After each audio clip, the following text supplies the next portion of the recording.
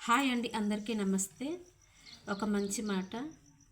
మన వాళ్ళే కావచ్చు, మనకు సంబంధించిన వాళ్ళే కావచ్చు, ఎప్పుడైతే తప్పుడు మార్గంలోకి ప్రవేశిస్తున్నారో దానిని మొగ్గలోనే తుంచివేస్తే మంచిది. మొగ్గలోనే తుంచివేస్తే మంచిదని ఎందుకంటున్నానంటే, వాళ్ళను అది మనం చూసినప్పుడు నిలదీస్తే వాళ్ళు కొంచెం మారడానికి అవకాశం ఉంటుంది.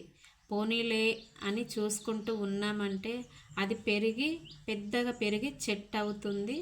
మొక్కై వంగనిది మానై వంగున అని ఉంది కదా సామెత. అది స్టార్టింగ్లో లేనిది అదంతా వాళ్ళు తప్పు త్రోవలోకి వెళ్ళి అంత తప్పులు జరిగిన తర్వాత మనం వాళ్ళని ఏం చేసినా ఇంకా వాళ్ళకి అది అలవాటు అయిపోతుంది. వాళ్ళు మారరు. అందుకే తప్పుడు మార్గంలోకి వెళుతున్నారన్నప్పుడే తెలుసుకోవాలి. వాళ్ళని మంచిగా మారేలా మంచిగా తయారు చేయాలి.